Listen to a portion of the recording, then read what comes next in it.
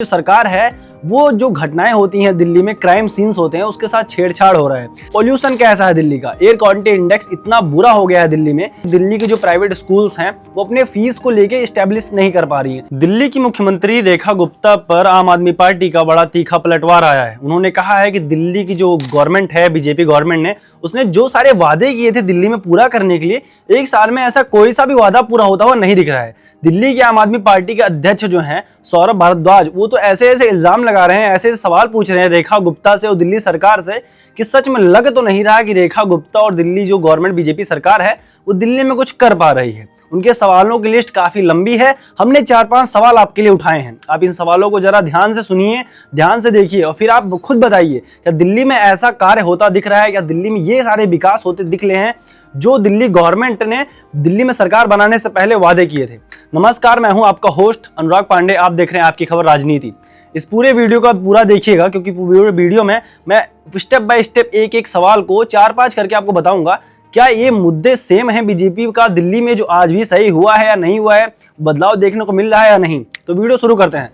पहला उनका सवाल था पोल्यूशन कैसा है दिल्ली का, एयर क्वालिटी इंडेक्स इतना बुरा हो गया है दिल्ली में कि हर पार्टी के विपक्ष दल या जो भी बड़े बड़े नेता हैं या आम जनता भी यही कह रही है कि दिल्ली में पोल्यूशन का इतना स्तर बढ़ गया है, यहाँ सांस लेना भी मुश्किल है। और बड़े बड़े हेल्थ ऑर्गेनाइजेशन ने ये कह दिया है कि दिल्ली की हवा इतनी जहरीली है कि बिना मास्क के आप एक सांस भी लेंगे तो आपने समझिए 4 से 5 सिगरेट फूंक लिया है।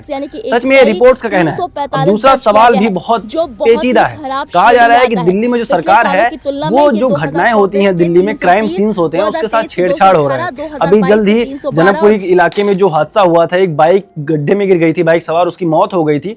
उसमें उन्होंने इल्जाम लगाया है कि नेताओं ने और पुलिस कर्मियों ने उस जगह पे मतलब एविडेंस के साथ छेड़छाड़ किया, कार्यवाही समय पे नहीं की, परिवार वालों को सही सूचना नहीं पहुंचाई। क्या दिल्ली सरकार ये कर रही है दिल्ली को आगे बढ़ाने के लिए? उनका एक और सवाल था, वो सवाल ये है कि दिल्ली के जो प्राइवेट स्कूल्स हैं वो अपने फीस को लेके स्टैब्लिश नहीं कर पा रही हैं। फीस का कभी आंकड़ा बढ़ जाता है, कभी घट जाता है और उसका सारा कंट्रोल जो है वो एक प्राइवेट ऑर्गेनाइजेशन के पास है, ना कि दिल्ली गवर्नमेंट के पास। मतलब प्राइवेट स्कूल जितना चाहे उतना पैसा ले सकते हैं अपने जो वहाँ के स्टूडेंट्स हैं उनके पेरेंट्स से। और अभी दिल्ली सरकार ने नया स्कीम लाए थे वो लोग कि प्राइवेट स्कूल जितना एक्स्ट्रा फीस ले रहे हैं वो उनके पेरेंट्स को लौटा देंगे। पर इस सवाल की लिस्ट में यह भी कहा गया क्या उन्होंने पैसा लौटाया।